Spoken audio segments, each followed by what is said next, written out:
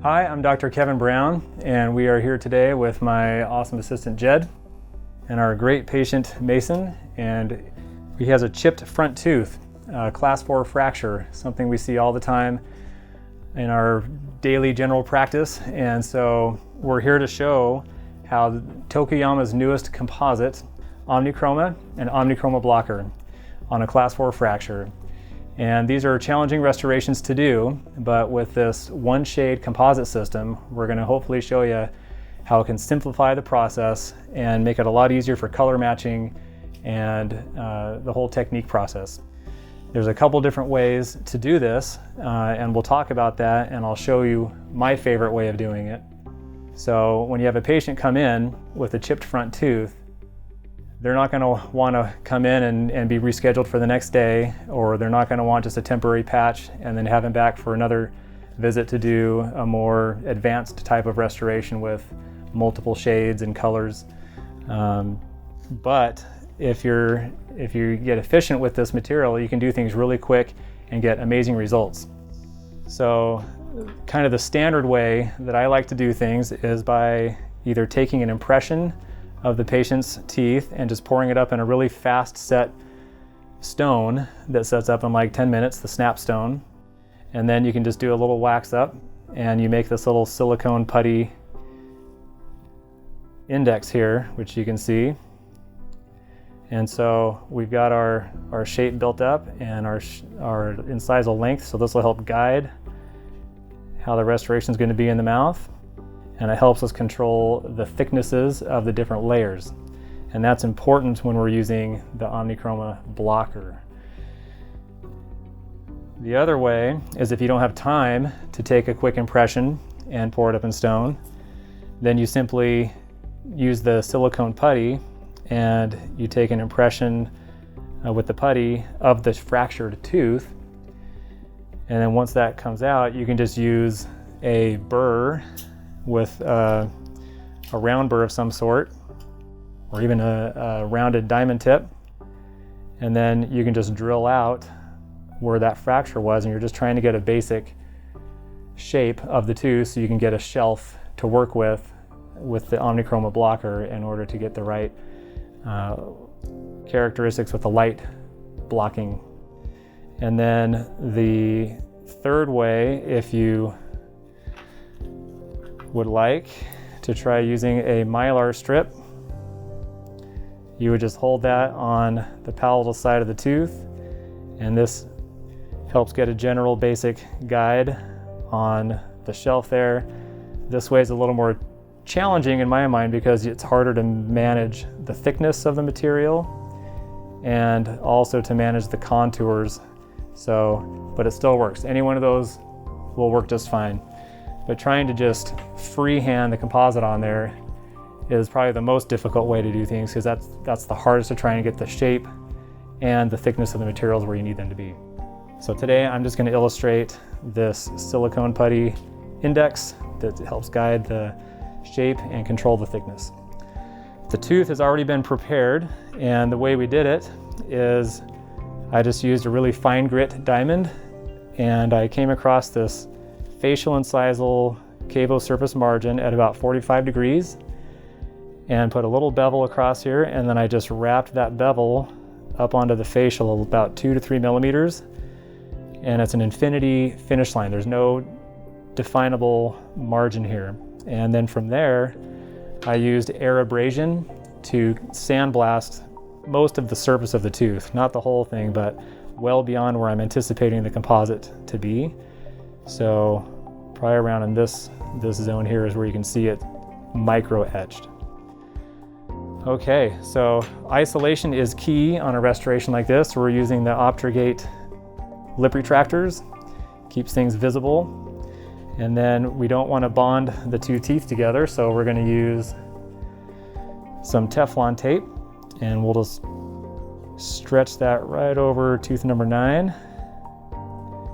A good little trick is you can just take the two ends and then twist them, and that helps keep it tight up against the tooth. And then you can just trim off the excess so you don't have a little tail flinging out of the way. And that gives us good separation and isolation while we're working. All right, so first step is going to be our tooth shampoo. We'll get some etch, and just like I did with the air abrasion, I'm going to go well beyond my anticipated finish line. And this is totally acceptable. It's not doing anything bad to the enamel.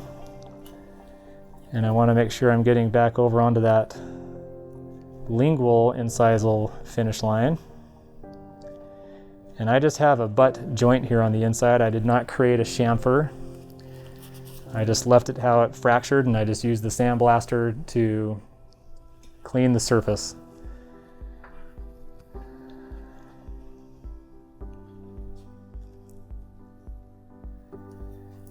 Okay. A little rinse of water. Try and keep that flavor off you here, Mason.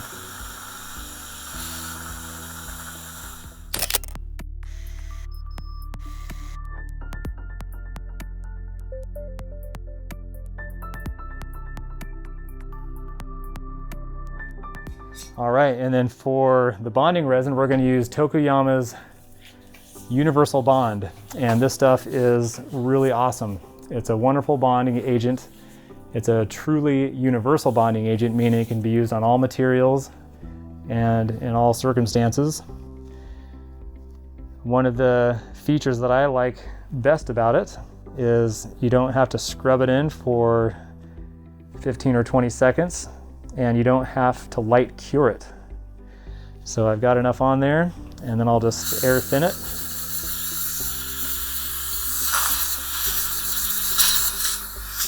And we can keep working. And one of the advantages of that type of a bonding resin is when you're working in difficult to reach areas or deep interproximal boxes, it's you don't have to worry about the light not being able to reach the resin to cure it. So, all right, so for this first layer, since Mason has some internal characterization here, I'm going to do a little more of a advanced technique where I'm going to use the Omnichroma. There we go. And then I'll just use a traditional composite instrument little blade to adapt it up against that lingual part of the putty. And then I'll bring any excess up towards the incisal and wipe it off. Thickness wise, I'm just trying to get this about 1/4 of a millimeter thick. If you're going to measure it, it's very, very thin. It would be thin enough that it's almost like a little translucent window, but it's there to just act as a shaping guide for the rest of the layers. And it helps me have more control over how much blocker I'm going to actually need to hide some of these translucent parts. So with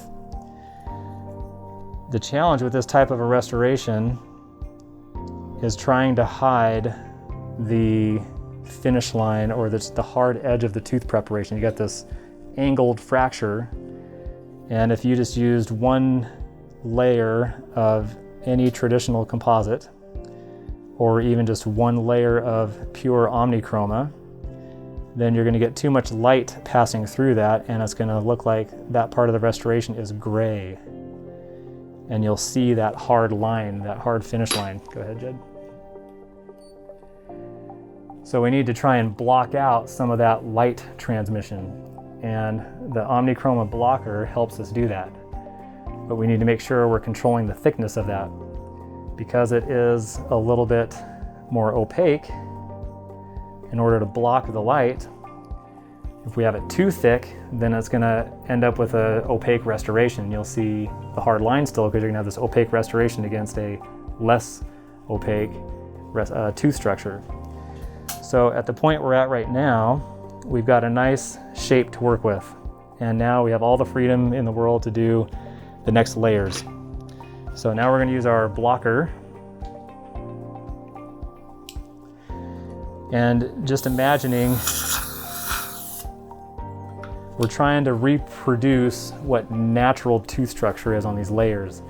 So we've got this Omnichroma shelf, which is really thin, which is acting like the enamel, which is semi-translucent.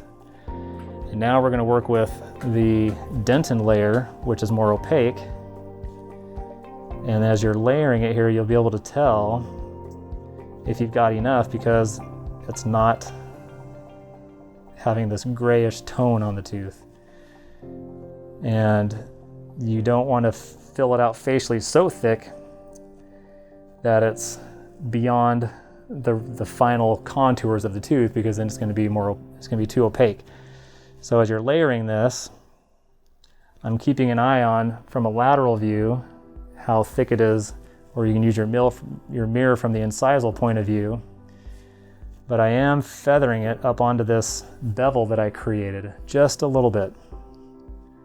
And that's going to help hide that fracture line in the tooth. And I'm also not going to bring it all the way to the interproximal contact, because if you're thinking about how tooth structure is, that part of the tooth is pure enamel as it wraps in between. So I'm going to save that for the final Omnichroma layer.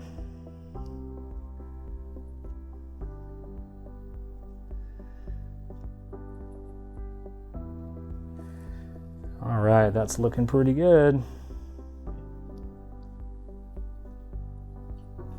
Let's cure that.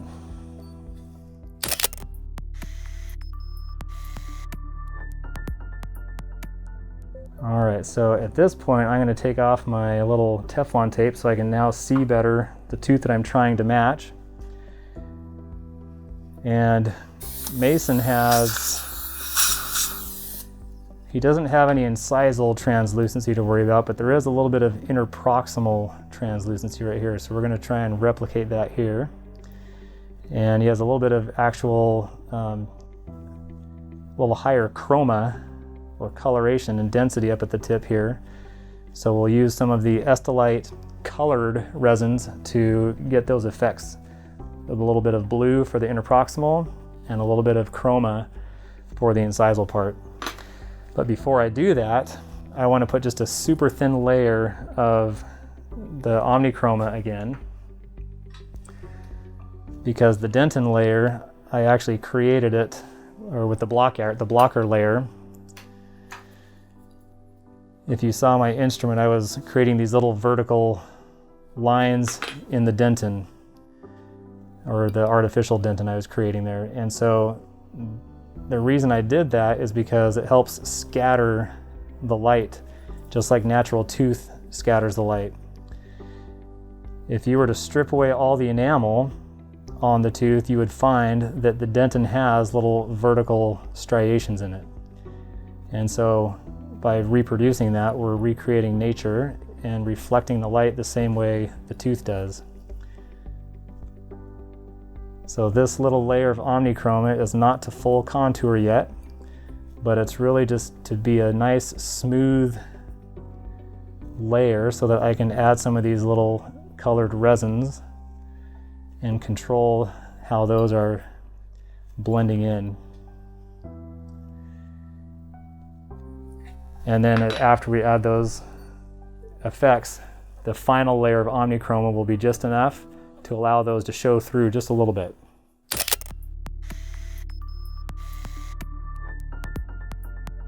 So when I use the Estelite color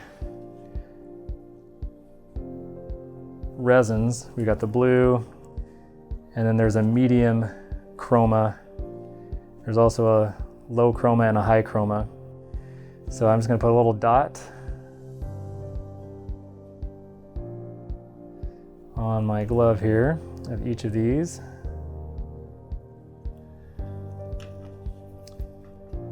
And I'll do the blue first. And I want to be very careful not to overdo it. So we're creating an artificial translucency here, just on this little interproximal area.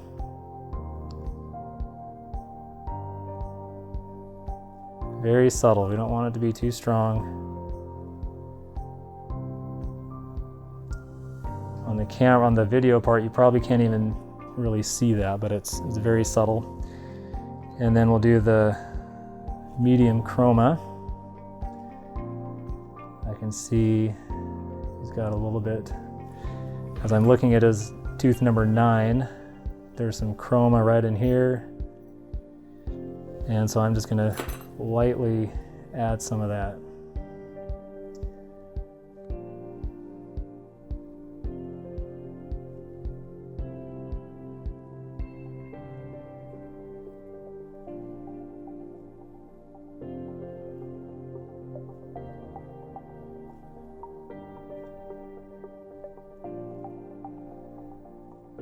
Good.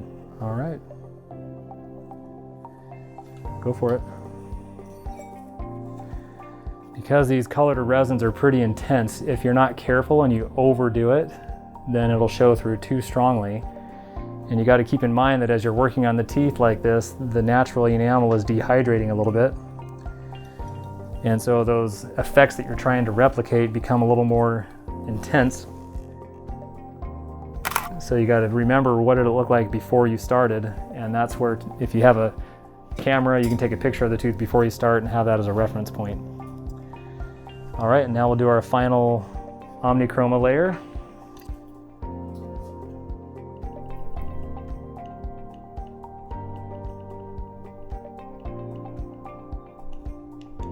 All right. And on this final layer, I'm also going to bring it interproximally and close up the little diastema that's there. And I'm going to feather it beyond the margin of where I think it's going to finish up.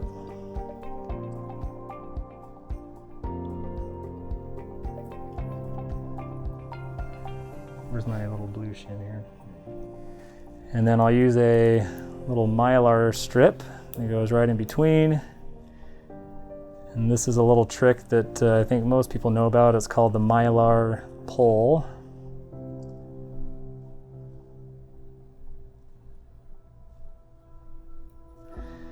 And so you get the composite started, and then you just drag it down interproximally. Now, the contact's not super tight right now, but because there's no bonding resin on that adjacent tooth, we had it protected with the Teflon tape.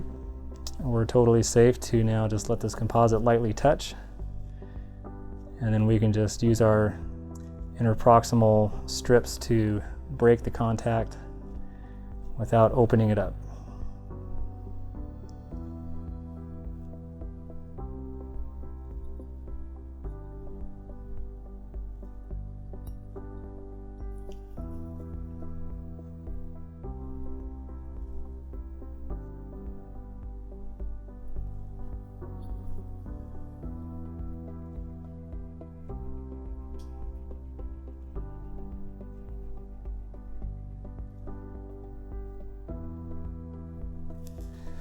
And I've got my little super thin, this little interproximal carver instrument is very helpful on these types of restorations where it's ultra thin.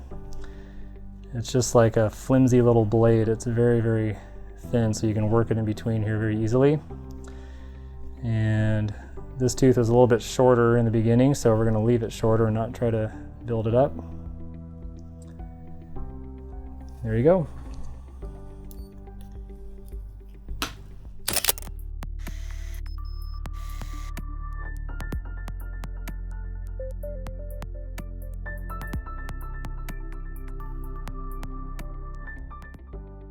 So for finishing and polishing, this composite again is just a wonderful material to work with. When it shines, because of the particle size, the 260 nanometer particle size, and it's spherical, and so that's what gives it its structural coloring properties, but it also really polishes nice just because of the way those particles fit together. And it holds its shine really nice.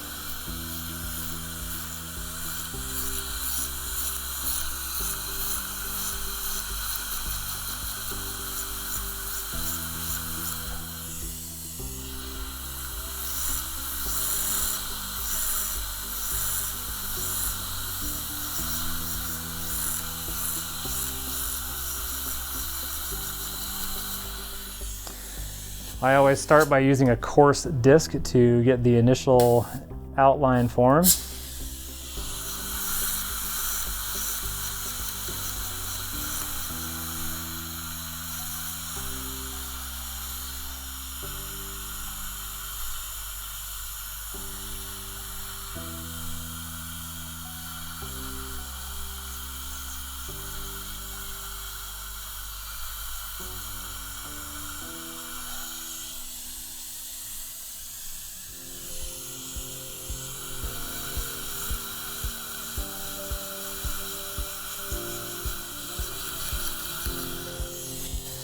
All right, looking good.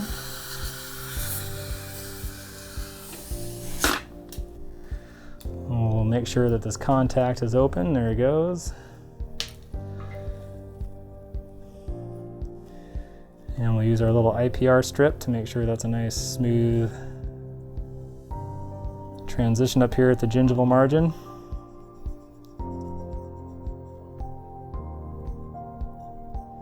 Sorry, Mason, I know that feels real awesome right there.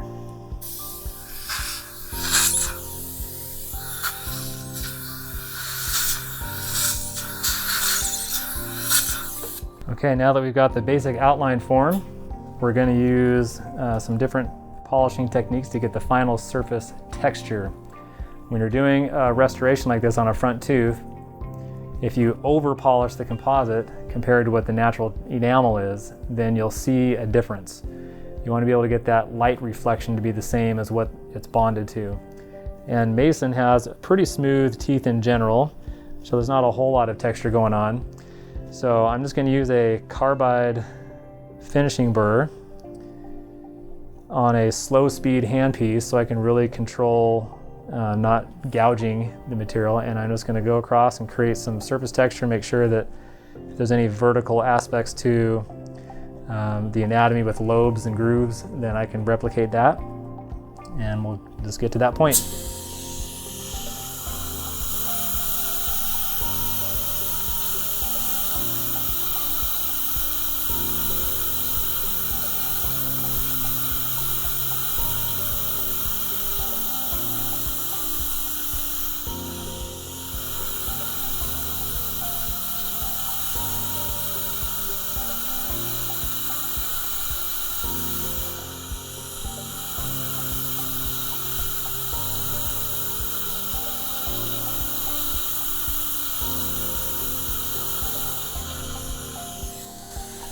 It's also a very safe way to obtain the texture when using it on a slower hand speed or a slower spinning handpiece, so that you're not ruining the enamel as well. So this just goes right across the natural enamel without doing anything, just kind of bumps right across it, but it's doing what we need to on the composite.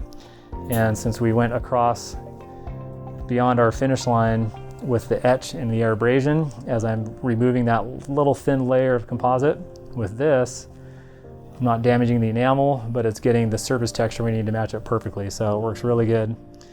So we've just added a little bit of texture to the tooth, and we want to smooth and blend it in now without erasing all of it, but we don't want it to be over texturized. So this little polishing tool, a little rubber polishing disc that's kind of worn down a little bit, but it works really good at smoothing and blending without kind of overdoing it. Think of it like a pencil eraser where you're erasing a little bit of the texture. So just be watchful as you're doing it.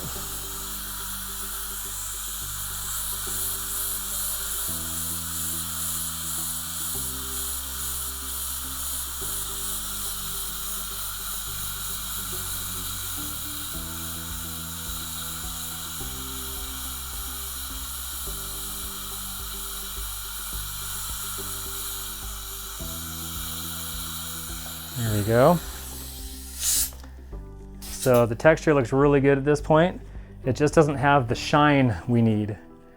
And so when you look at a composite, you want it to have the right kind of a shine. If you overshine it, it's not gonna blend in with the tooth structure, with the enamel. So this polishing brush, it's a silicone impregnated stiff bristled brush, so it gets into the little textures that you create without erasing. but it also shines the composite and the enamel at the same level, so they really blend seamlessly.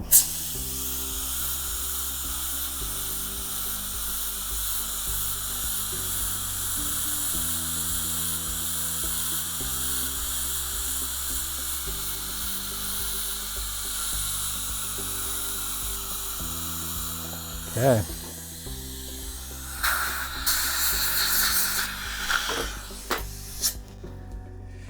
So just through the video camera, you can see that we've got enough blocker there that it doesn't let any light show through.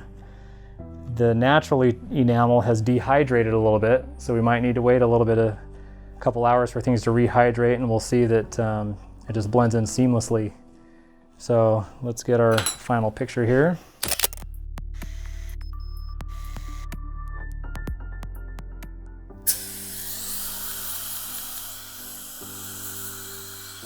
There you go.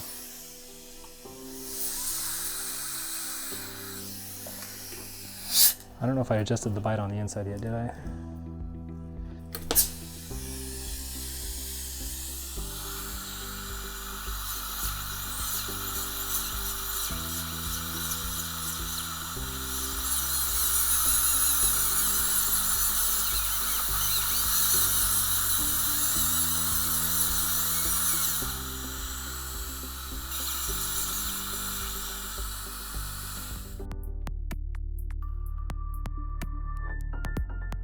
So in the end, what I just did here was kind of a modified version of the polychromatic layering technique, where you're going to use anywhere from 3 to 5 or 7 shades of composite to get kind of the ultimate aesthetics on a restoration, where you have a semi-translucent lingual shelf, your dentin layer, your enamel layers, and you modify in colors, and then another semi-translucent layer to go over the top. That creates a natural translucency effect where you don't have to use the colors as much, the Estelite color modifiers, but that takes a lot of time. In most practices, if you're using insurance, you're not going to get reimbursed well for those types of restorations, and so if you're going to invest a lot of time into those and not get compensated, that's very frustrating. So if you can have a material that blends in perfectly with the tooth every time, then you can keep your overhead costs down with keeping 10 different colors of composites on the dentin shades, the enamel shades, the translucent shades, and you can simplify it down to just 2. And on an exceedingly challenging restoration like this, to make it look really good with only 2 composites, I mean, that is just almost unheard of. It's incredible how this material works. So even just now with the tooth dehydrated, you can see just how nice that blends in. And when the tooth rehydrates and it's within the framework of his lips, it's just going to be perfect.